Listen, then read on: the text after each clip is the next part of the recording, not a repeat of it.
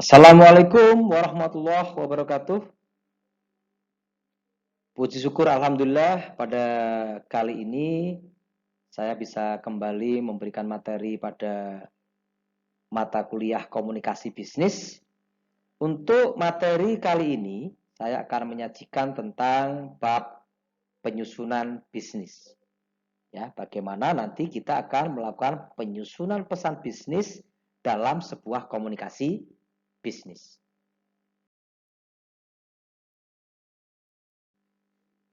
Kita awali pada pembahasan penyusunan bisnis ini dengan pemahaman bahwa dunia bisnis adalah dunia yang penuh dengan kompetitif.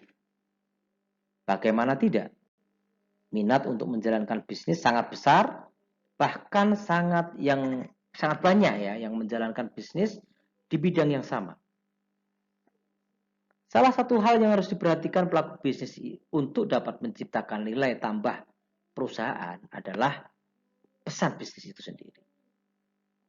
Pesan bisnis merupakan hal penting bagi suatu pelaku bisnis untuk menyampaikan informasi yang ingin disampaikan pada pelaku bisnis lain dalam upaya penyelenggaraan bisnis dengan tujuan tertentu. Dalam suatu organisasi, pesan yang disampaikan oleh atasan kepada bawahan terkadang tidak terorganisasi dengan baik. Akibatnya, pesan yang tersampaikan tidak mengenai sasaran atau tidak sesuai dengan harapan. Hal tersebut juga berlaku dalam dunia bisnis. Pengirim yang berlaku seperti atasan perlu melakukan persiapan seperti perencanaan pesan bisnis yang ingin disampaikan dengan sebaik-baiknya. Supaya pesan tersampaikan pada pihak lain dan diterima serta dipahami sesuai harapan pengirim. Penyampaian secara langsung merupakan tipe pesan bisnis yang paling sering digunakan pelaku bisnis. Namun, pesan bisnis juga bisa disampaikan melalui memo, surat, merevisi draft, mengetik email, dan lain sebagainya. Dalam pembuatan pesan-pesan bisnis tertulis, kita perlu memperhatikan hal-hal yang ingin disampaikan kepada pihak lain. Hal tersebut merupakan langkah strategis bagi pencapaian tujuan serta salah satu faktor yang menentukan keberhasilan dalam penyampaian pesan-pesan bisnis.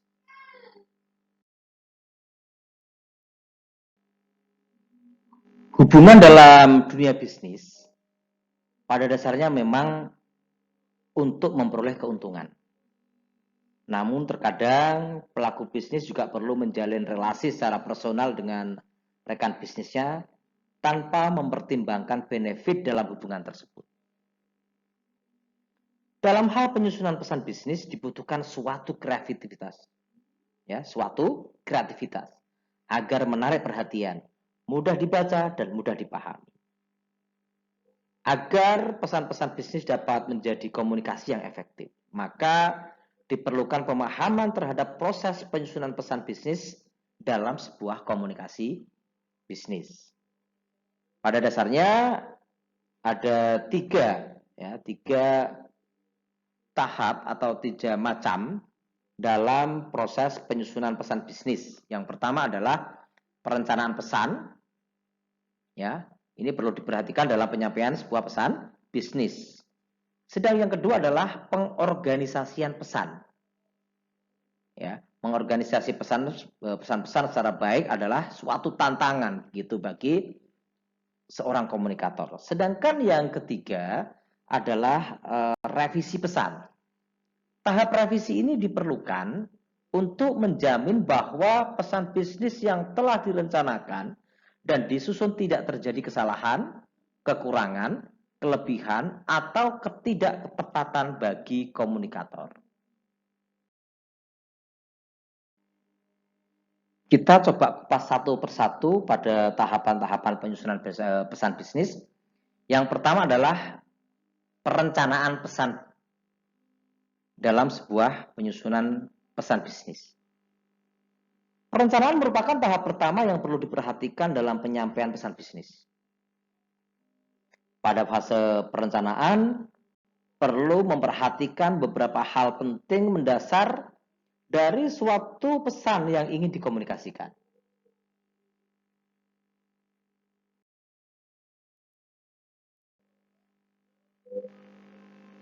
Dalam penyampaian pesan bisnis, setiap individu memiliki tujuan yang berbeda. Pesan bisnis sangat berperan dalam menciptakan citra perusahaan. Oleh karena itu, tujuan yang disampaikan harus jelas, terukur, serta tidak bertentangan dengan tujuan organisasi. Penentuan tujuan dilakukan untuk fokus terhadap isi, menanggapi audiens, serta untuk menetapkan saluran dan media. Tujuan umum dari komunikasi bisnis ini adalah sebenarnya yang pertama memberikan informasi yang berkaitan dengan dunia bisnis kepada pihak lain. Sedangkan yang kedua adalah memberikan persuasi atau membujuk pihak lain yang berkaitan dengan negosiasi antara seseorang dengan orang lain dalam dunia bisnis. Sedangkan tujuan umum dari komunikasi bisnis yang ketiga adalah melakukan kerjasama atau kolaborasi antara seseorang dengan orang lain bagi perusahaan di domestik maupun di perusahaan asing. Tujuan yang baik dari sebuah pesan mempunyai kriteria diantaranya adalah tujuan bersifat realistik begitu. Artinya apa? Ide atau gagasan sesuai kemampuan yang ada. Selanjutnya waktunya yang tepat. Artinya, waktu menjadi bahan pertimbangan yang penting dalam penyampaian pesan. Dan tujuan diterima perusahaan. Artinya, tujuan penyampaian suatu pesan hendaknya sesuai dengan tujuan perusahaan secara keseluruhan.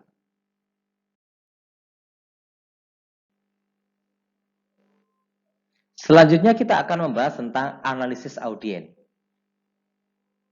Setelah maksud dan tujuan disampaikan dengan baik, tahapan selanjutnya adalah melakukan analisis audiens atau pembaca, yaitu tentang apa, siapa, kapan, dan bagaimana sebaiknya pesan-pesan bisnis tersebut disampaikan. Pemahaman yang baik terhadap audiens akan mempermudah dan memperlancar pesan-pesan bisnis, karena audiens memiliki pemahaman yang berbeda atas pesan yang mereka terima.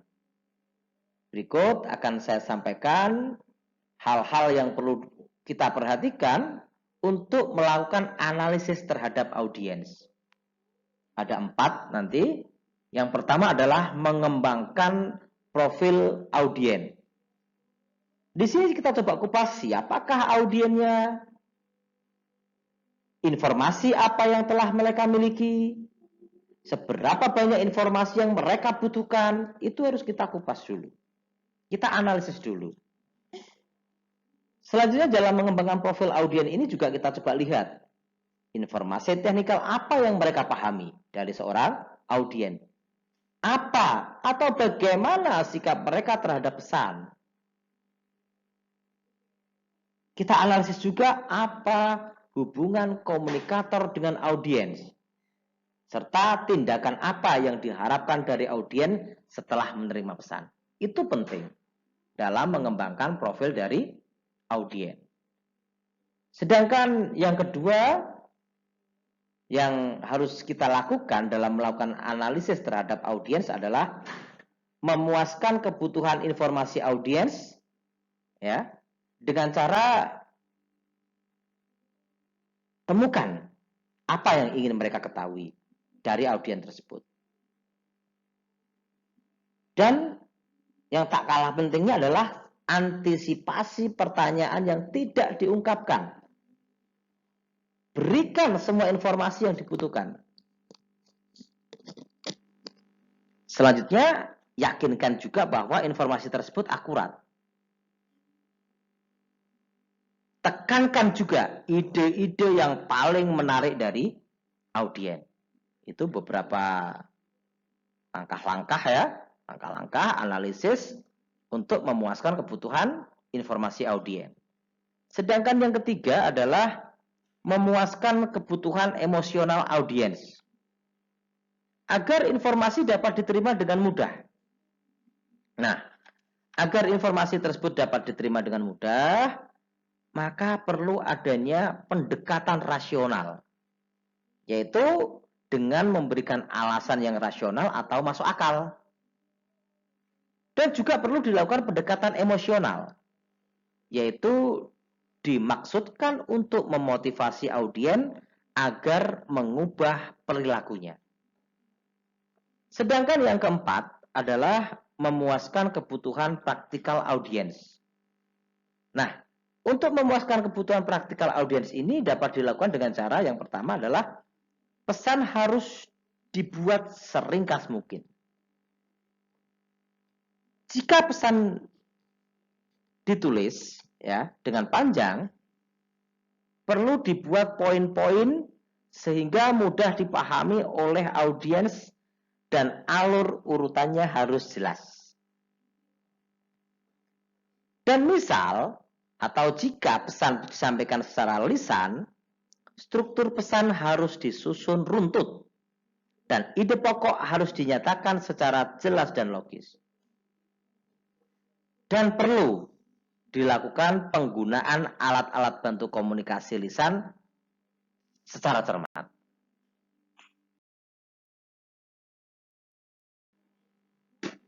Selanjutnya untuk menentukan ide pokok. Jadi setiap pesan bisnis akan bermuara pada satu ide pokok. Ide pokok merupakan sesuatu yang menjadi pokok bahasan utama dalam menyampaikan pesan bisnis. Nah, cara-cara penentuan ide pokok ini diantaranya yang pertama adalah dengan brainstorming. Yaitu penentuan ide pokok dengan cara membiarkan pikiran mencari berbagai kemungkinan ide pokok secara bebas. Sehingga ide yang diperoleh akan lebih bervariasi. Yang kedua, dalam penentuan ide pokok dapat menggunakan petunjuk atasan. Ini merupakan sebuah penentuan ide pokok di mana pelaksana cenderung meminta petunjuk pada atasan. Dan pelaksanaan organisasi menganut sistem senioritas. Sedangkan yang ketiga adalah kebiasaan. Ini merupakan penentuan sebuah ide pokok yang berasal dari situasi yang berulang, ya, situasi yang berulang sama dalam setiap kejadian dan berkembang dalam sebuah ide pokok.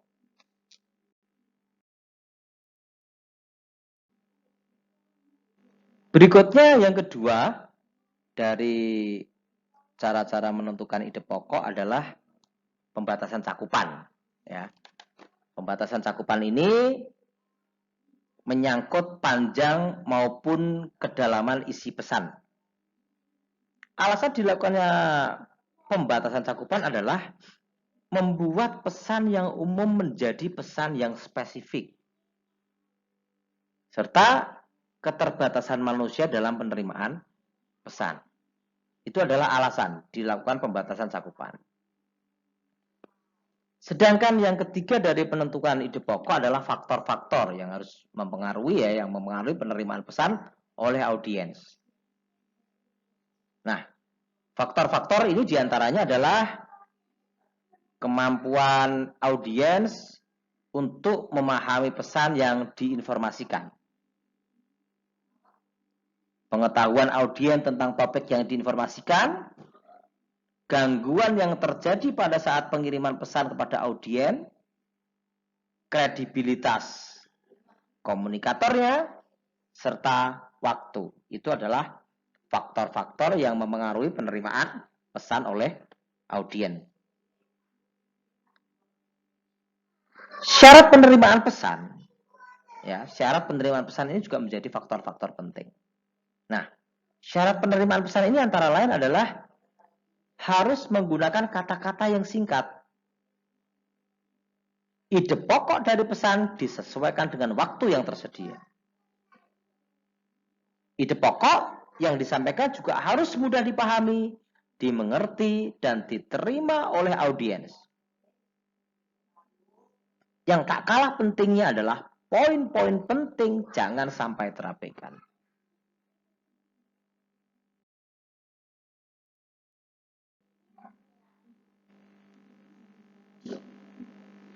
Selanjutnya, yang keempat, yang keempat dari konsep perencanaan pesan, yang adalah pemilihan saluran dan media. Jenis-jenis saluran media komunikasi ini bisa kita bagi menjadi 3 gitu. Yang pertama adalah komunikasi lisan. Komunikasi lisan ini mendorong interaksi untuk pemecahan masalah dan pengambilan keputusan. Medianya bisa percakapan langsung, telepon, interview, pidato, presentasi, workshop, program pelatihan, dan lain-lain. Komunikasi lisan ini dapat dipergunakan apabila diperlukan umpan balik secara langsung dari penerima. Modelnya, pesannya relatif sederhana dan mudah dimengerti. Tidak memerlukan catatan permanen. Dan penerima dapat dikumpulkan dengan mudah serta ekonomis.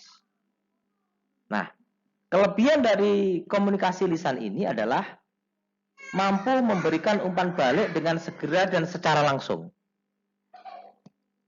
Kelebihan yang kedua, dapat membuat audiens merasa lebih nyaman.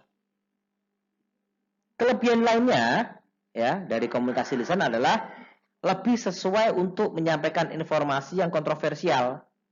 Karena reaksi audiens dapat dibaca dari simbol nonverbal.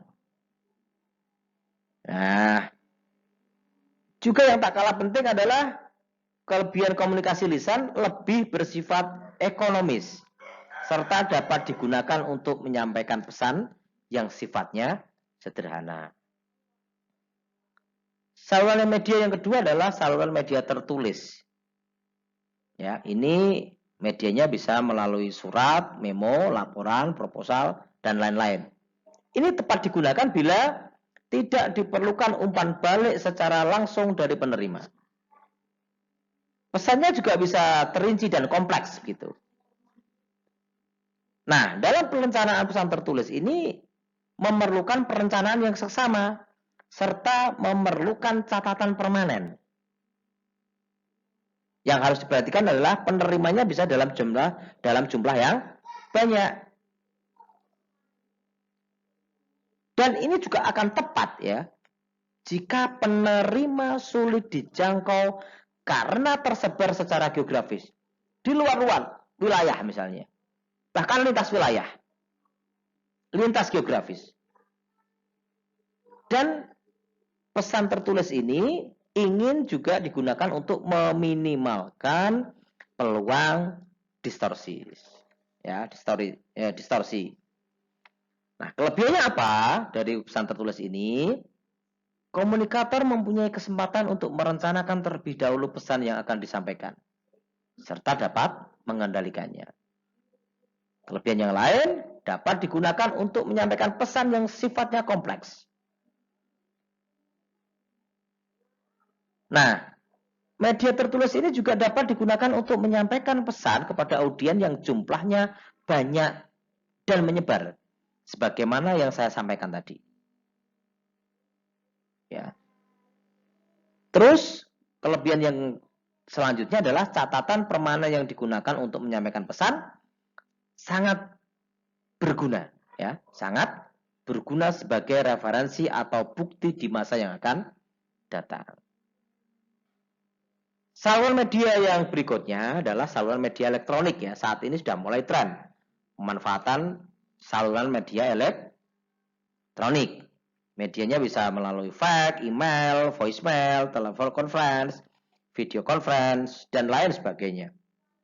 Nah, saluran atau media yang digunakan ini pada dasarnya adalah keterbatasan umpan balik seketika. Ya.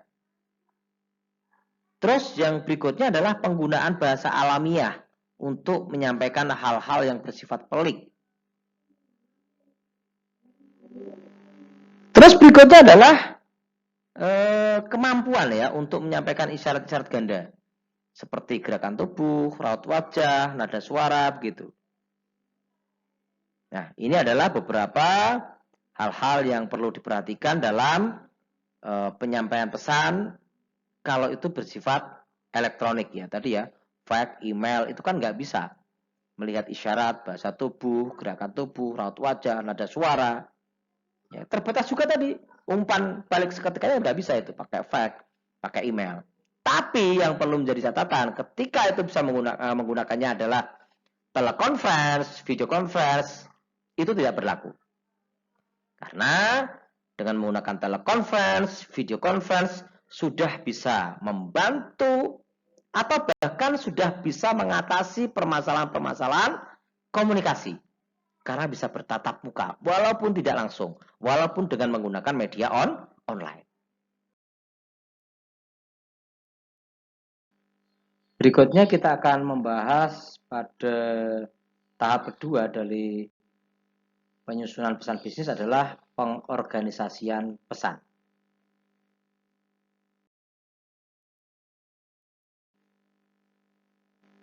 Pengorganisasian pesan ini adalah dengan mengatur ide-ide secara logis, berurutan dan tidak bertele-tele. Ide yang disampaikan akan dapat memuaskan kebutuhan-kebutuhan informasi, motivasi, atau praktis bagi para audiens.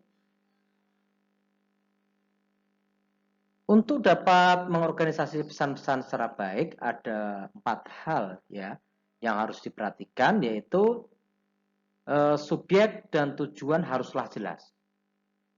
Yang kedua, semua informasi harus berhubungan dengan subjek dan tujuan. Yang ketiga, ide-ide harus dikelompokkan dan disajikan dengan cara yang logis. Sedangkan yang keempat, semua informasi yang penting harus sudah tercakup. Ada pertanyaan, ya, apa sih sebenarnya manfaat dari pengorganisasian pesan itu? Suatu pesan yang disusun dengan baik akan membantu audiens memahami pesan yang disampaikan, membantu audiens menerima pesan, menghemat waktu audiens, dan mempermudah pekerjaan komunikator. Kita coba kupas satu-satu. Yang pertama adalah membantu audiens memahami suatu pesan. Dengan mengemukakan poin-poin yang penting secara jelas, menyusun ide-ide secara logis dan runtut, dan memasukkan semua informasi yang relevan dalam pesan, audiens dengan mudah akan memahami maksud atau tujuan dari pesan. Yang kedua, manfaat dari pengorganisasian pesan adalah membantu audiens menerima suatu pesan. Pengorganisasian pesan-pesan yang baik di samping membantu audiens dalam memahami maksud pesan, juga membantu audiens untuk dapat menerima isi pesan tersebut. Misalnya ini, seorang konsumen yang mengadukan masalah pembelian suatu produk kepada manajer toko, namun memperoleh jawaban yang tidak menyenangkan atau mengecewakannya. Mungkin saja surat jawaban yang diberikan telah disusun logis, sehingga dapat dipahami maksudnya. Namun tidak dapat diterima oleh konsumen karena gaya bahasa yang digunakan terlalu menusuk pada sasaran. Atau to the point istilahnya. Yang ketiga, manfaat yang ketiga adalah menghemat waktu.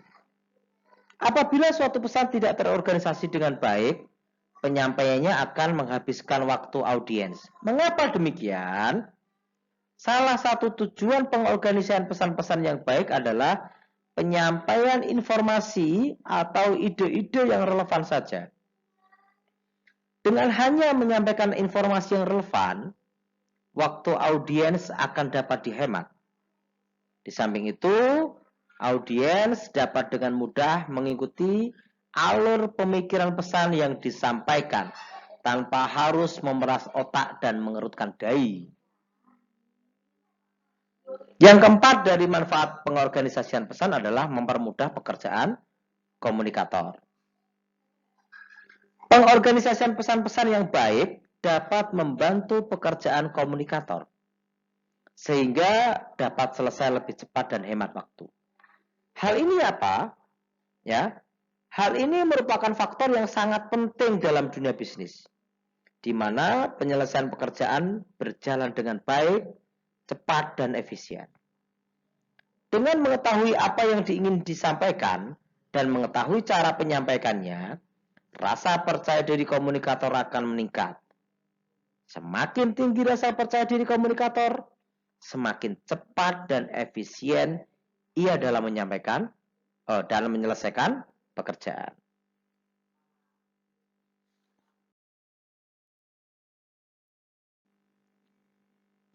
Pada dasarnya, untuk mencapai pengorganisasian yang baik diperlukan dua proses tahapan ya, yaitu Anda dapat mendefinisikan dan menggolongkan ide-ide, kemudian Anda menetapkan urutan ide-ide dengan perencanaan organisasional terpilih secara berhati-hati.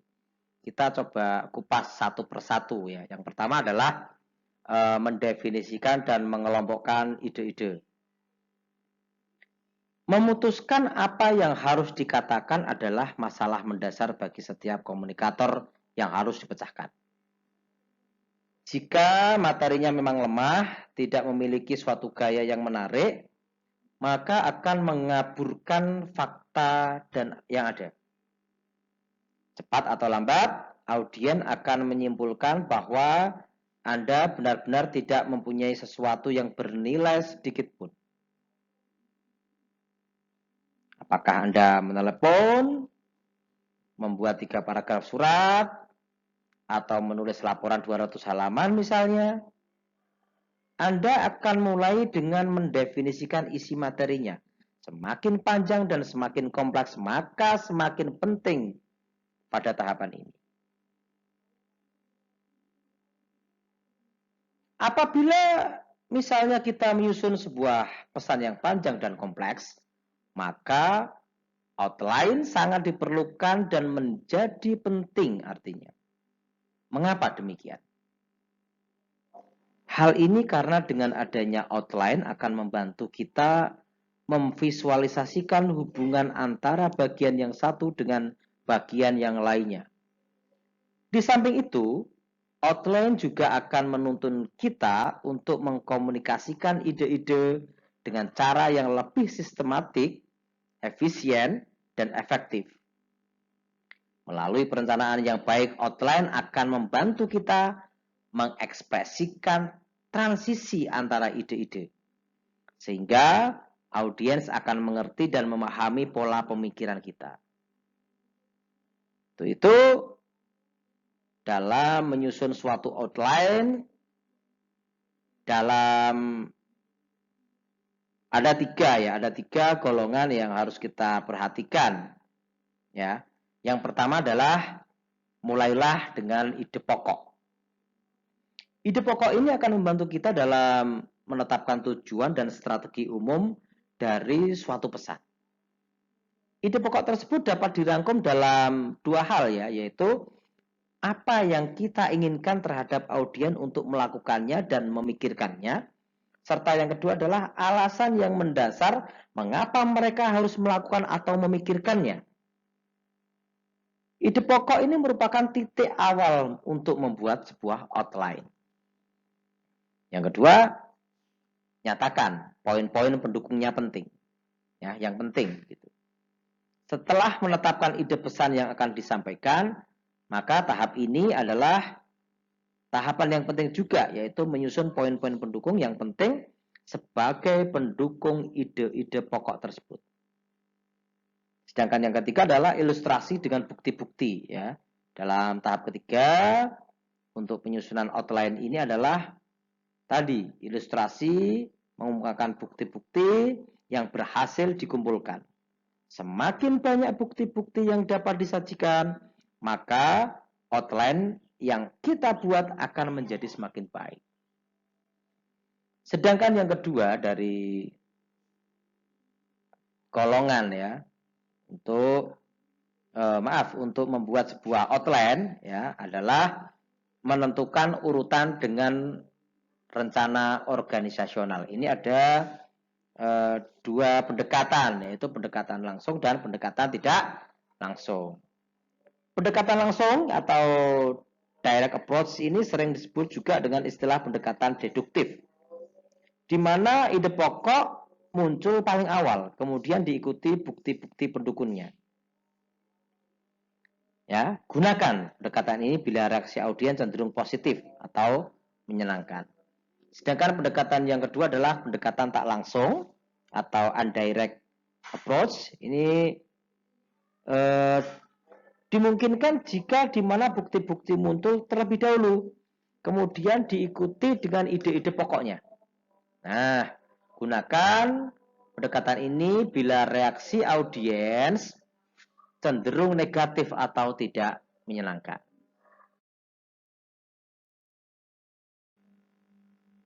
Oke, tadi kita sudah membahas tentang pendekatan langsung dan tidak langsung ya. Jadi kedua pendekatan dasar tersebut dapat diterapkan baik untuk pesan-pesan singkat ya, atau memo, surat gitu, maupun pesan-pesan formal atau panjang. Ya, laporan, usulan, presentasi. Gitu. Nah, untuk memilih di antara dua alternatif tersebut, kita harus menganalisis gitu, bagaimana reaksi audiens terhadap maksud atau tujuan dan pesan-pesan yang ingin kita sampaikan. Nah, berdasarkan reaksi dari pelanggan, ya dari sebuah perusahaan terdapat 4 bentuk organisasi pesan bisnis. Yang pertama adalah direct request atau permintaan langsung. Jenis atau tipe pesan bisnis yang paling umum digunakan adalah penyampaian yang langsung pada poin yang dituju atau direct request ini. Permintaan langsung ini dapat berbentuk surat maupun memo. Misalnya, kita tertarik terhadap suatu produk baru dan kita ingin sekali mengetahui berbagai hal tentang produk tersebut, seperti karakteristik, harga, cara pembayaran, dan sebagainya. Maka kita dapat membuat surat permintaan langsung. Ya, permintaan langsung ini menggunakan pendekatan langsung karena langsung pada poin yang ketujuh. Yang kedua adalah pesan-pesan rutin, good news atau good feel. Jika kita memberikan informasi rutin sebagai bagian dari bisnis terhadap kita, para audiens kemungkinan akan menjadi netral gitu. Jika kita mengumumkan penurunan harga, menerima suatu undangan, atau ucapan selamat dari teman sejawat, para audiens akan senang mendengarnya. Jadi, pesan-pesan rutin, good news, atau goodwill lebih cocok dengan menggunakan pendekatan secara langsung. Yang ketiga, reaksi dari pelanggan perusahaan dari sebuah bentuk organisasi pesan bisnis adalah pesan-pesan bad news. Jika kita mengumumkan penolakan suatu lamaran, menolak kredit, perampingan karyawan, penurunan pangkat, maka audiens pada umumnya akan kecewa atau tidak senang mendengarnya. Oleh karena itu, pendekatan yang dapat diterapkan adalah pendekatan tidak langsung. Jika kita mempunyai berita yang kurang menyenangkan atau bad news, cobalah untuk menempatkannya pada bagian pertengahan surat dengan menggunakan bahasa yang halus. Itu salah satu trik. Ya, ditaruh di tengah-tengah. Yang keempat adalah pesan-pesan persuasif. Bila audiens benar-benar sangat tidak tertarik terhadap pesan-pesan yang kita sampaikan, maka pesan-pesan persuasif dapat digunakan dan pendekatannya adalah dengan cara tak langsung. Untuk melakukan penagihan pinjaman dan penjualan produk, pendekatan yang digunakan adalah persuasi. Kita perlu membuka pikiran audiens ya dengan melakukan persuasi sehingga mereka dapat memahami fakta yang ada. Kebanyakan pesan-pesan singkat dapat menggunakan salah satu dari keempat dasar rencana organisasional. Tapi untuk pesan-pesan yang lebih panjang seperti pembuatan laporan dan presentasi, perlu pola yang lebih kompleks untuk menangani semakin banyaknya informasi. Ya. Jadi itu yang harus kita perhatikan, terutama dalam pesan-pesan yang bersifat singkat, memo, surat, ya, itu harus memperhatikan reaksi pelanggan perusahaan dari sebuah 4 bentuk organisasi pesan bisnis. Tahap ketiga ya, tahap ketiga atau tahap terakhir dalam proses penyusunan pesan bisnis adalah revisi atau perbaikan pesan bisnis. Tahap revisi ini diperlukan untuk menjamin bahwa pesan bisnis yang telah direncanakan dan disusun tidak terjadi kesalahan, tidak terjadi kekurangan, kelebihan, atau ketidaktepatan. Apa yang harus kita lakukan untuk melakukan revisi pesan bisnis? Ini ada 4 ya. Yang pertama adalah edit pesan. Edit pesan ini bisa melalui beberapa tahapan ya, atau proses. Yang pertama adalah mengevaluasi isi dan organisasi pesan. Evaluasi terhadap isi pesan ini menyangkut apakah materi perlu, penting, dan relevan telah tercakup dalam pesan tersebut. Sedangkan pengorganisasian pesan menyangkut bagaimana pesan disusun. Di sini diperhatikan dengan seksama ya, pesan-pesan pada bagian awal dan akhir karena memiliki pengaruh yang paling besar. Edit pesan yang kedua adalah memeriksa ulang gaya dan keterbacaan.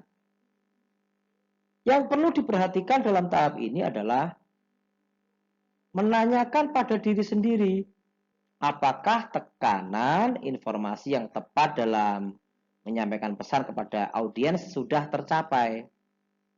Kemudian pada saat yang sama perlu juga dilakukan pemeriksaan lagi, apakah pesan yang disampaikan sudah jelas dan dapat dipahami oleh audiens. Selain itu, perlu juga memeriksa kebenaran atau ketepatan dalam penggunaan tanda baca, titik, koma, tanda hubung. Itu harus kita perhatikan. Edit pesan yang ketiga adalah pemilihan kata yang tepat. Pemilihan kata yang digunakan harus memperhatikan 2 aspek, yaitu ketepatan, di mana ini menunjukkan bahwa kata-kata yang terpilih atau yang dipilih harus tepat, harus familiar gitu. Yang kedua adalah keefektifan, menunjukkan bahwa kata-kata yang dipilih singkat dan tidak bermakna ganda. Tahap pertama dari revisi pesan bisnis adalah tadi edit pesan. Sedangkan yang kedua adalah menulis ulang pesan. Ini juga ada 2 tahapan ya, ada dua proses. Yang pertama adalah membuat kalimat yang efektif. Untuk menyusun kalimat yang efektif perlu memperhatikan 3 hal, yaitu kesatuan pikiran, kesatuan susunan, dan hubungan logis. Sedangkan yang kedua dalam menulis ulang pesan adalah menyusun paragraf yang koheren. Paragraf koheren ini adalah paragraf di mana kalimat-kalimat penyusunnya yang berhubungan dengan suatu topik utama bertalian secara logis. Satu paragraf terdiri dari topik, kalimat penjelas, dan kalimat antara atau peralihan. Yang ketiga dari revisi pesan bisnis adalah memproduksi pesan. Ini ada 2 macam ya, yaitu mendesain elemen. Ya, mendesain elemen ini perlu mendapatkan perhatian. Karena desain elemen akan memberikan visualisasi atau penampakan yang lebih menarik dan lebih mudah dipahami. Desain elemen ini akan mencakup hal-hal ya, seperti white space, heading, cetak tebal, miring, garis tepi, font yang dipilih, huruf yang dipilih, begitu. Yang kedua adalah mendesain keputusan. Ada beberapa hal yang harus diperhatikan dalam mendesain sebuah keputusan. Yang pertama adalah konsistensi. Konsistensi ini di mana desain yang telah dipilih harus digunakan secara konsisten. Termasuk dalam penggunaan margin, jenis huruf, ukuran huruf, spasi, cetak tebal, miring, dan lain sebagainya. Yang kedua adalah keseimbangan. Untuk menyusun desain yang menarik, buatlah keseimbangan dalam hal spasi antara kalimat dalam paragraf dan spasi antar paragraf. Keseimbangan dalam memberikan sentuhan khusus dan keseimbangan dalam white space. Yang ketiga, untuk mendesain sebuah keputusan dalam memproduksi pesan adalah keterbatasan. Pilihlah desain yang sederhana dengan sedikit penekanan atau aksen. Dan yang keempat adalah rincian. Ya, perhatikan seberapa rinci harus dibuat. Desain yang terlalu rinci justru akan membingungkan. Namun, jika terlalu umum atau global dapat membuat pesan menjadi bersifat dasar tanpa penekanan-penekanan tertentu. Sedangkan revisi pesan bisnis yang keempat adalah proof pesan atau tampilan pesan. Ini yang perlu dilakukan untuk melakukan revisi pesan pada bagian akhir ini adalah yang pertama, formatnya. Di sini mencakup margin, spasi, nomor halaman, serta heading. Yang kedua, pengecekan huruf. Ya, pengecekan terhadap penggunaan huruf dalam kata-kata maupun keselarasan dalam sebuah kalimat.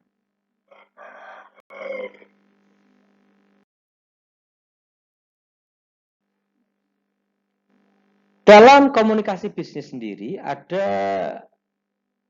pesan bisnis dianggap penting demi dapat mencapai tujuan bisnis maupun harapan yang ingin dicapai. Tanpa adanya pesan bisnis, maka informasi-informasi yang seharusnya disampaikan tidak dapat tersampaikan dengan baik. Ya. Pesan-pesan bisnis sendiri dapat melalui dua macam media komunikasi, ya, yaitu bisa media komunikasi tertulis, juga menggunakan media komunikasi lisan. Tahu tadi tak tambahkan dengan media elektronik begitu. Berikut ini saya berikan contoh-contoh pesan bisnis dalam sebuah komunikasi bisnis yang kita coba kupas gitu ya. Ini ada 5 contoh nanti, hanya 5 contoh. Yang pertama adalah surat penawaran kerjasama. Contoh pesan bisnis dalam komunikasi bisnis yang pertama ini adalah surat ya. Surat yang dimaksud di sini adalah surat yang mengandung informasi-informasi yang berkaitan dengan kegiatan bisnis, baik penawaran kerjasama bisnis maupun penawaran produk yang dihasilkan. Salah satu contoh yang mudah adalah surat penawaran kerjasama, di mana suatu perusahaan menawarkan kerjasama dalam suatu bidang tertentu kepada perusahaan yang lainnya yang dianggap masih dalam kegiatan bisnis yang sama. Nah, penawaran kerjasama ini juga biasanya akan bertujuan untuk memajukan kegiatan bisnis dari perusahaan tersebut secara bersama-sama demi laba yang semakin besar. Surat penawaran ini juga merupakan salah satu contoh pesan persuasif dalam sebuah komunikasi bisnis. Contoh yang kedua adalah email penawaran produk. Semakin adanya kemajuan teknologi juga lebih memudahkan pesan-pesan bisnis untuk tersampaikan. Salah satunya melalui email, sebagai salah satu contoh media komunikasi yang modern. Salah satu contohnya adalah email bisnis mengenai penawaran produk. Suatu perusahaan melakukan divisi marketing, ya, melalui divisi marketing akan banyak menawarkan produk-produk yang dihasilkan melalui email. Sebagai contoh, seperti banyak perusahaan-perusahaan e-commerce gitu yang akan mengirimkan notifikasi mengenai produk-produk barunya melalui email bagi para pelanggannya. Contoh yang ketiga adalah laporan perusahaan. Tidak hanya yang berkaitan dengan penawaran kerjasama maupun penawaran produk saja, tetapi laporan-laporan perusahaan, memo perusahaan, dan lain sebagainya yang masih di dalam lingkup kegiatan bisnis yang berjalan juga termasuk sebagai pesan bisnis. Mengapa demikian? Karena di dalamnya masih mengandung informasi-informasi mengenai kegiatan bisnis yang berlangsung dalam suatu perusahaan atau organisasi. Oleh sebab itu, laporan perusahaan juga menjadi contoh pesan bisnis yang ada dalam komunikasi bisnis. Yang keempat, contoh pesan bisnis dalam komunikasi bisnis adalah pertemuan atau pidato. Pernahkah Anda datang gitu ya pada acara grand launching produk komunikasi seperti handphone misal, sepeda motor misal, atau grand launching produk-produk yang lain? Kegiatan ini banyak dilakukan oleh perusahaan, ya. Yang sering itu melakukan adalah perusahaan Apple, ya, melalui produknya. Kalau handphone itu iPhone ya, atau Samsung yang ingin meluncurkan produk terbaru mereka. Melalui pertemuan yang dilakukan tersebut, di dalamnya juga sebenarnya terdapat pesan bisnis yang disampaikan, di mana juga bertujuan untuk memengaruhi audiens untuk membeli produk terbaru mereka. Pidato yang disampaikan mengenai kualifikasi atau informasi-informasi mengenai produk-produk terbaru mereka yang akan diluncurkan begitu, juga merupakan suatu pesan bisnis melalui media komunikasi lisan. Ya, terus berikutnya yang kelima adalah telemarketing. Tidak hanya melalui suatu pertemuan atau pidato saja, media komunikasi lisan juga banyak digunakan untuk penyampaian pesan bisnis seperti melalui telemarketing. Jadi, suatu perusahaan biasanya akan memiliki divisi telemarketing ya, yang bertujuan untuk menawarkan produk kepada konsumen maupun mengajukan kerjasama dengan perusahaan yang lain yang dilakukan melalui telepon. Itu adalah 5 contoh yang saya berikan, yang saya jelaskan pada pesan bisnis ya.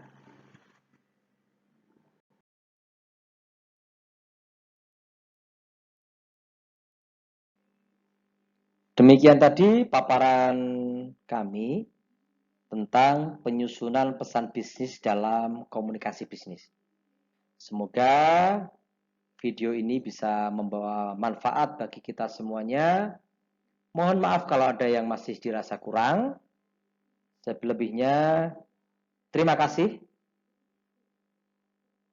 Sama-sama kita hebat, sama-sama kita semangat. Wabillahi taufiq wal hidayah. Wassalamualaikum warahmatullahi wabarakatuh.